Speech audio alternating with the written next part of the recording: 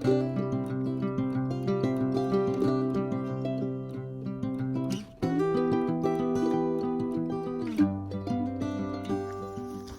everyone, I'm out here walking the trail today, trying to get my legs and knees some exercise. If any of y'all been with me for a while, you know I hiked about 470-80 miles on the Appalachian Trail back in the spring. My knees got to where I couldn't continue anymore, which was a little upsetting, but I tell you, I had a great time. If y'all haven't been with me real long, you might go back and look at some of those videos. But anyway, my knees are getting less sore now. I got off trail beginning of May, I think it was, end of June, something like that. So it's been a few months, and I'm trying to get to exercising. It's kind of hard when you come off trail because, well, in my case anyway, my knees were very painful and it was hard to do a lot of exercise. So I'm trying to get back at it now. Some trees came down. Trying to get back at it now. Try to keep the legs strong enough. I don't know if I'll be able to recuperate enough to do any long trails anymore. I would love to. I still got it in me. I really want to. I enjoyed it so much, but I just play it by ear, you know, see how it goes. But thought I'd bring y'all with me today, just kind of taking a little walk on the trail on my property. It's about 1 mile long, and it goes up and down, and so it's nice place to walk. So anyway, we'll get on down the trail here today.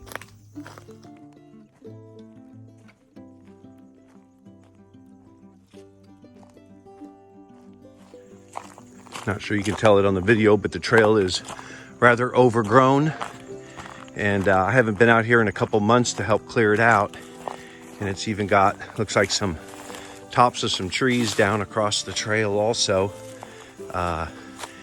It's always a lot of maintenance to keep the trail up to where you can walk it nice. It's kind of amazing sometimes how many times limbs and trees come down across the trail. But I will clean it up, so this fall I'd like to start walking a lot more again.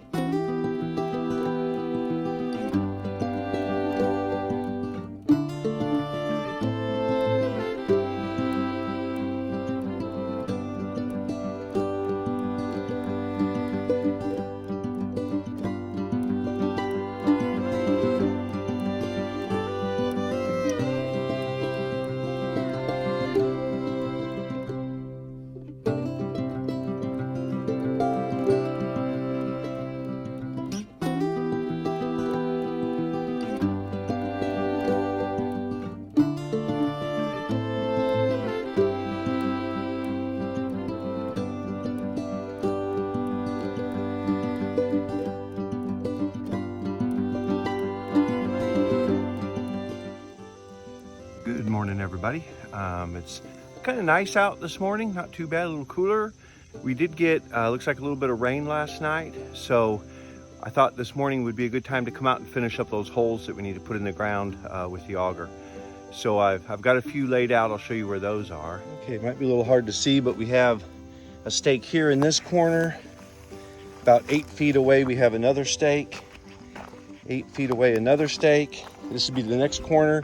And then we're gonna go over here and put one in. And I believe that should be enough. They're about 8 feet apart. The furthest one apart is over there by the coop, which is 10 feet. I can still cut a log that long on the mill, so we should be fine. I pulled the plastic back from this section of the garden. And I'm hoping this is a little softer under here anyway. So we'll get started this morning.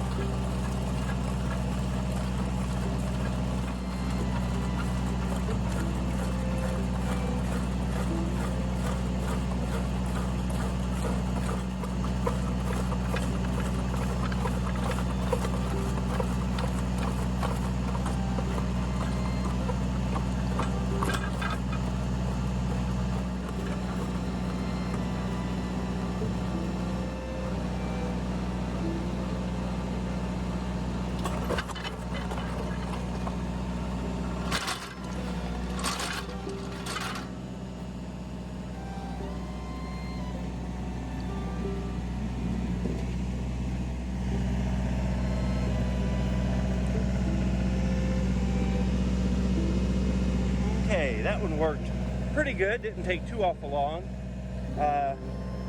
Next, I think we'll come over and do this one here.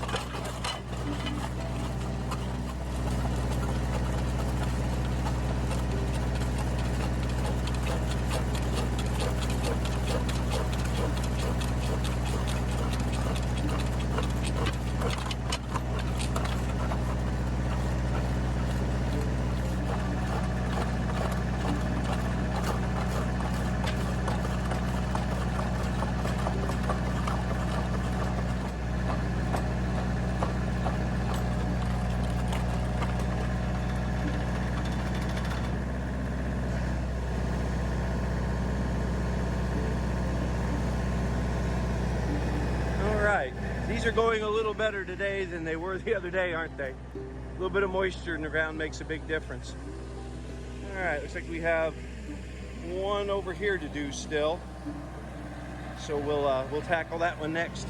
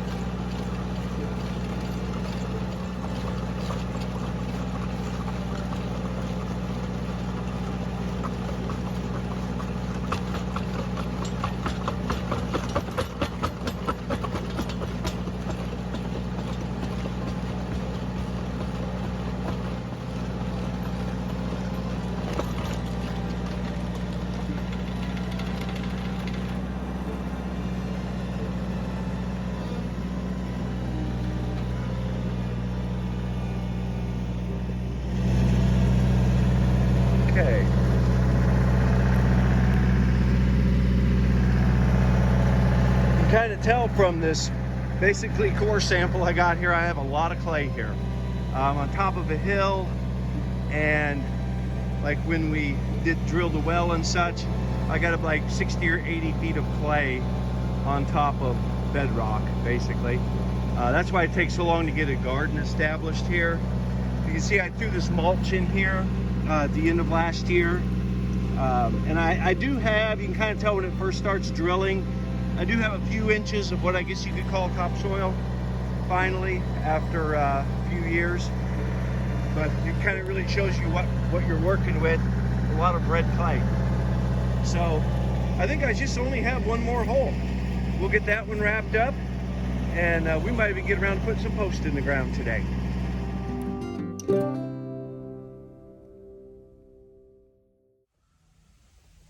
Hey everybody, I thought I'd take a minute here and talk about this Shashaujuban, which I'm probably not pronouncing correctly, but is a way of preserving wood where you char it. Really it makes it so the bugs don't want to get in it anymore, at least not for several years. There's a lot of different ways of doing it. I use that torch. If you didn't see last week's video, you can check that out, where I use the torch to char these. I really prefer this method of preservation. I think some of the advantages are cost. Of course, if you have a sawmill, you can cut 4x4s raw and then treat them by doing this. But the main thing I really like about this is I've always had a hard time accepting having like railroad ties in my garden or pressure treated wood in the garden, mainly because I'm worried about those chemicals leaching out into the soil and then possibly getting into the plants. I don't know for a fact that that happens, but it just doesn't seem right to me. I mean, they used to use arsenic in treating some wood, from what I understand. So, I mean, that, the stuff they use on railroad ties, it's just not good stuff. I've always had a problem with having that around the garden. So, you know, if you have steel, I wouldn't mind doing that, you know, some like some old roofing material or something like that. I've seen people use like kind of like culvert metal for that, even though a lot of that's galvanized, and there's all kinds of terrible lead and everything in galvanizing, and zinc mainly. So I think if I were able to go raised beds, I think this would be the treatment that I would choose. It lasts quite a while. It's not forever. Probably doesn't last as long as the stuff with the treating in it, but I think it's a good trade-off, you know. So you may not get quite as many years out of this use, depending on what climate you're in, but I think it's a good trade-off because this is just wood. I mean, it's going to rot down. The char doesn't hurt you, and actually, charcoal's not bad for you at all.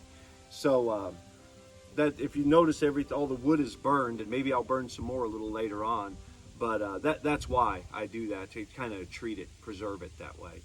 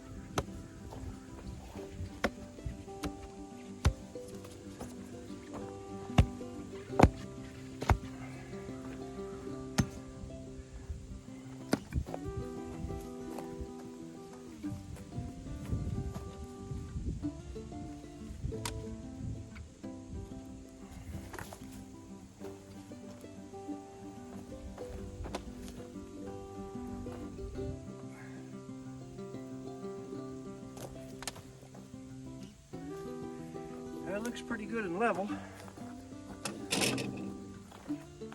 One thing good about the clay is it does pack in really well.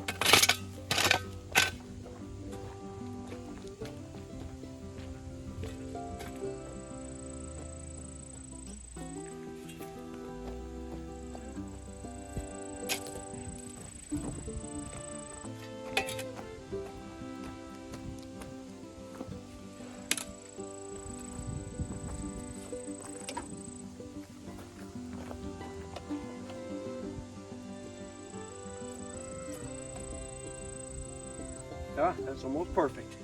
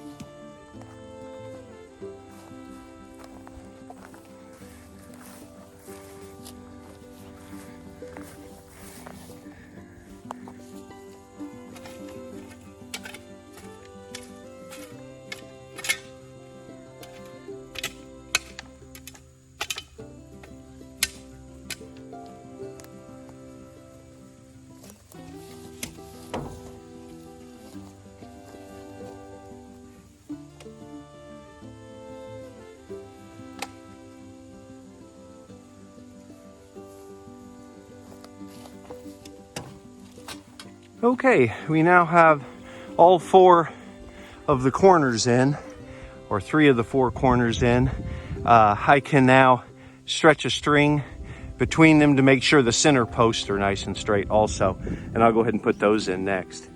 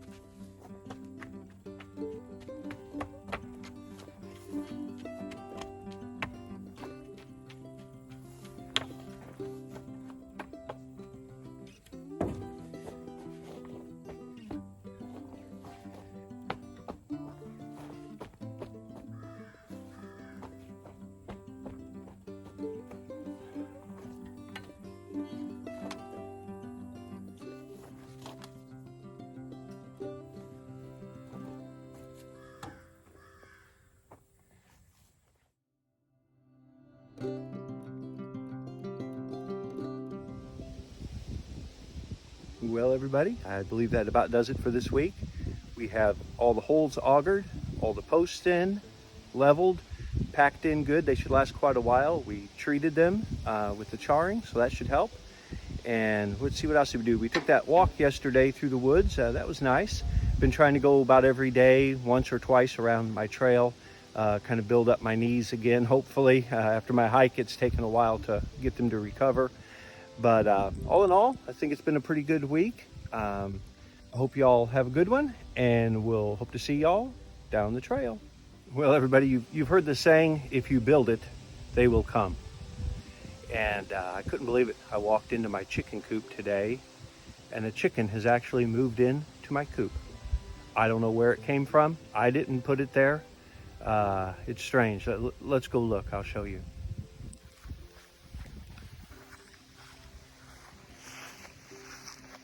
Now, we got to be quiet here. It doesn't run out when we open the door. Where's it at? There it is, sitting on top of the coop.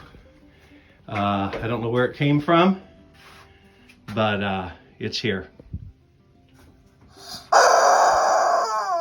Okay, that is one sick chicken. So we're gonna leave it alone, and maybe it'll lay an egg or two. I would cook it up, but honestly, that one looks pretty tough to me. I bet that'd be kind of rubbery. So yeah, that's strange. I just noticed that in my coop. So we're gonna shut the door so it can't get out, because we sure don't want that thing running around the neighborhood. We'll see y'all later.